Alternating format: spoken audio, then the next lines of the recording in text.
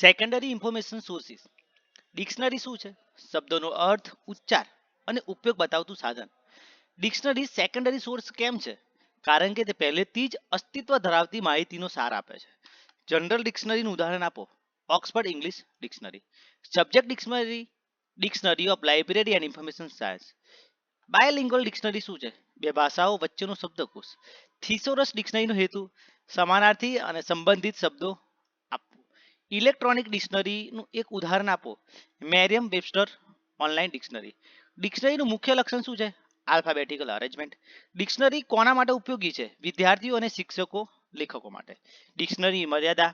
શબ્દોનું ફક્ત સંક્ષિપ્ત અર્થ મળે છે. એન્સાયક્લોપીડિયા એટલે કે વિષયવાર અથવા સર્વજ્ઞાની માહિતી આપતું ગ્રંથ. એન્સાયક્લોપીડિયા સેકન્ડરી સોર્સિસ કેમ છે? કારણ કે તે મૂળ માહિતીનું સંકલન કરે છે.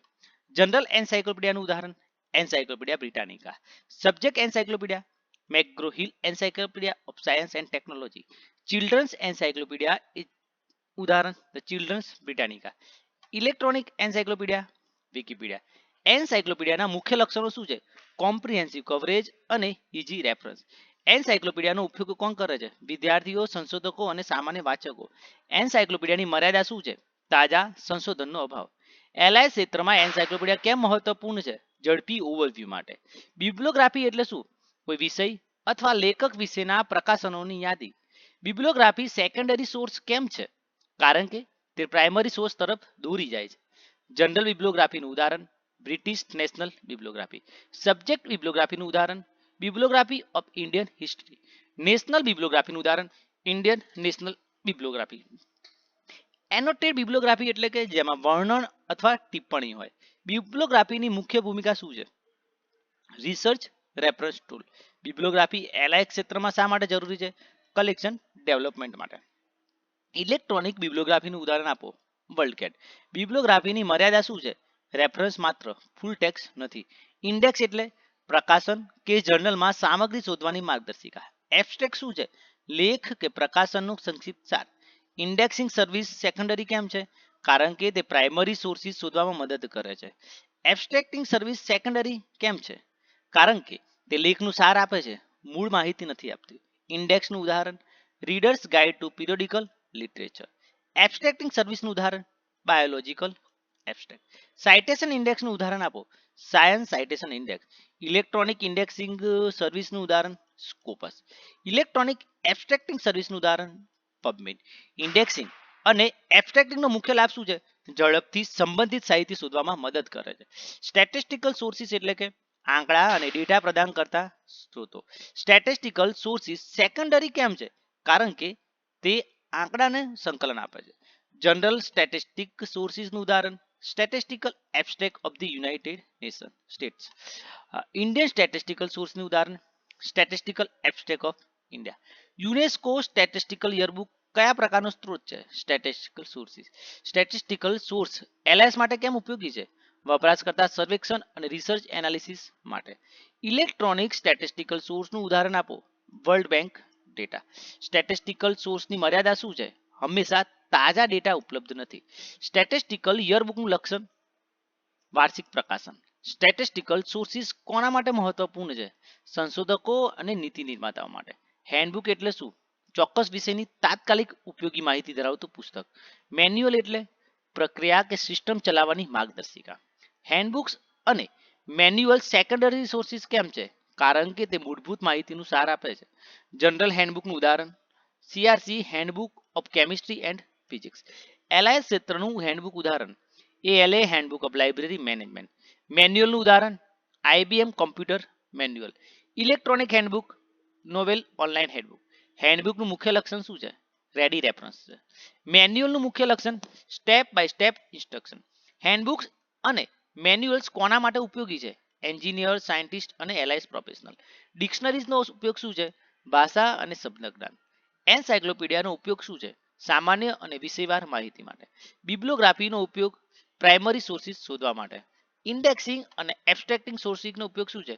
સંબંધિત લેખો ઝડપથી શોધવા માટે. સ્ટેટિસ્ટિકલ સોર્સિસનો ઉપયોગ સંશોધન અને નીતિ નિર્માણ માટે. હેન્ડબુકનો ઉપયોગ શું છે? તાત્કાલિક સંદર્ભ માટે. મેન્યુઅલ્સનો ઉપયોગ સિસ્ટમ ચલાવવાની માર્ગદર્શિકા માટે. સેકન્ડરી સોર્સિસ એલઆઈ ક્ષેત્રે કેમ મહત્વપૂર્ણ છે? કારણ કે તે વપરાશકર્તા માટે સરળતા લાવે છે. પ્રિન્ટ સેકન્ડરી સોર્સિસની મર્યાદા, અપડેટ કરવામાં વિલંબ. ઇલેક્ટ્રોનિક સેકન્ડરી સોર્સિસનો મુખ્ય લાભ શું છે?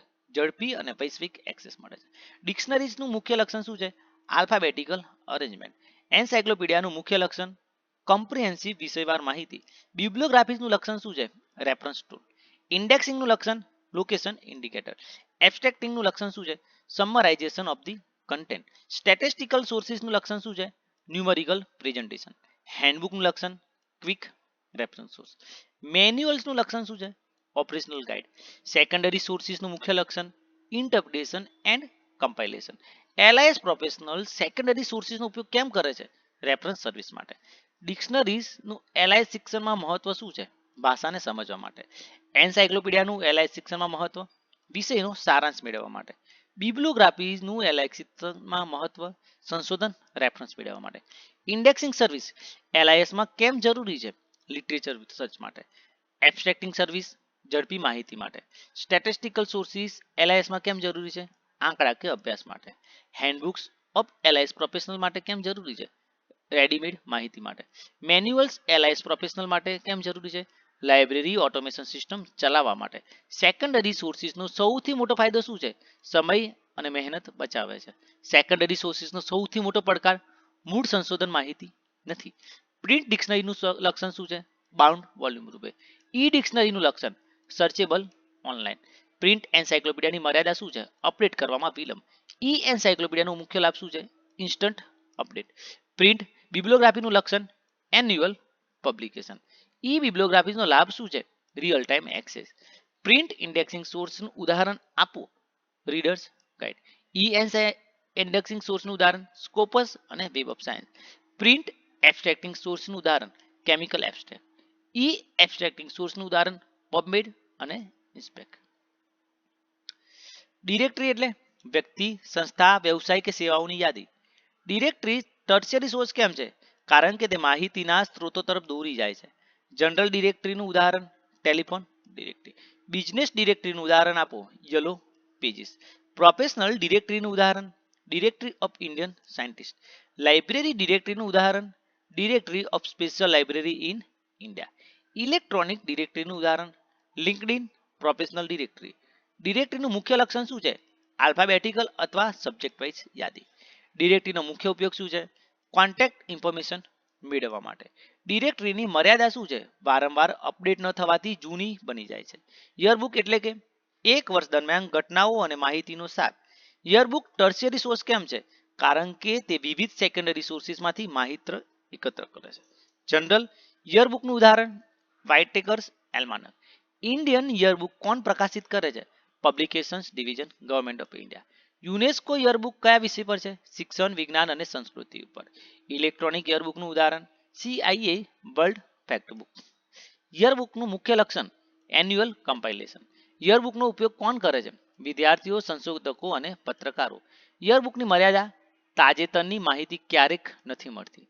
LIS ક્ષેત્રમાં યરબુકનું મહત્વ શું છે? ઝડપથી તાજી માહિતી મેળવવી. એલ્માનક એટલે શું? કેલેન્ડર, જ્યોતિષ અને આંકડાકીય માહિતી આપતું વાર્ષિક ગ્રંથ. એલ્માનક ટર્શરી સોર્સિસ કેમ છે? કારણ કે તે સંકલિત સંદર્ભ માહિતી આપે છે. જનરલ એલ્માનકનું ઉદાહરણ આપો. The world almanac and book of facts. Indian એલ્માનકનું ઉદાહરણ the Times of India almanac. Scientific almanac astronomical almanac. Electronic almanac online weather almanac. એલ્માનકનું મુખ્ય લક્ષ્ય શું છે? Miscellaneous reference information. એલ્માનકનો ઉપયોગ કોણ કરે છે? સંશોધકો, વિદ્યાર્થીઓ અને સામાન્ય વાચકો. એલ્માનકમાં કઈ પ્રકારની માહિતી મળે છે? કેલેન્ડર, ફેસ્ટિવલ, વેધર અને સ્ટેટિસ્ટિક. એલ્માનકની મર્યાદા શું છે? વર્ષમાં એક જ વખત અપડેટ થાય છે. ડિરેક્ટરીઝ LIS માટે કેમ મહત્વપૂર્ણ છે? રિસોર્સ પર્સન્સ અને ઇન્સ્ટિટ્યૂટ સુધી પહોંચવા માટે. યર બુક્સ LIS માટે કેમ મહત્વપૂર્ણ છે? કરંટ અફેર્સ અને એન્યુઅલ ડેટા માટે. એલ્માનક LIS માટે કેમ મહત્વપૂર્ણ છે? રેડી રેફરન્સ માટે. ટર્શિયરી સોર્સિસનો મુખ્ય હેતુ શું છે? વપરાશકર્તાને પ્રાઇમરી અને સેકન્ડરી સોર્સ સુધી દોરી જાય છે. ડિરેક્ટરીઝનું લક્ષણ કોન્ટેક્ટ બેઝ ઇન્ફોર્મેશન. યરબુક્સનું લક્ષણ શું છે? Annual compilation of the facts. એલ્માનકનું લક્ષણ calendar base information. Tertiary sources પ્રિન્ટમાં ક્યાંથી મળે છે? લાઇબ્રેરીઝ અને ગવર્મેન્ટ પબ્લિકેશનમાંથી. ટર્શરી સોર્સિસ ઇલેક્ટ્રોનિક ક્યાંથી મળે છે? ઓનલાઈન ડેટાબેઝ અને વેબસાઇટથી. ડિરેક્ટરીઝ, યરબુક્સ, એલ્માનકનું એલઆઈ સેવા સાથે શું જોડાણ છે? રેફરન્સ અને ઇન્ફોર્મેશન સર્વિસમાં આધારરૂપ છે. પ્રિન્ટ ડિરેક્ટરીનું લક્ષણ બાઉન્ડ વોલ્યુમ સ્વરૂપે. ઈ ડિરેક્ટરીનું લક્ષણ શું છે? રિયલ ટાઈમ અપડેટ મળી રહે છે. પ્રિન્ટ યરબુક્સ ની મર્યાદા શું છે? 1 વર્ષ પછી જૂની થઈ જાય છે. ઈ યરબુક્સનું લક્ષણ શું છે? રેગ્યુલર અપડેટ ઓનલાઈન થાય છે. પ્રિન્ટ એલ્માનક્સનું લક્ષણ શું છે? Bound volume.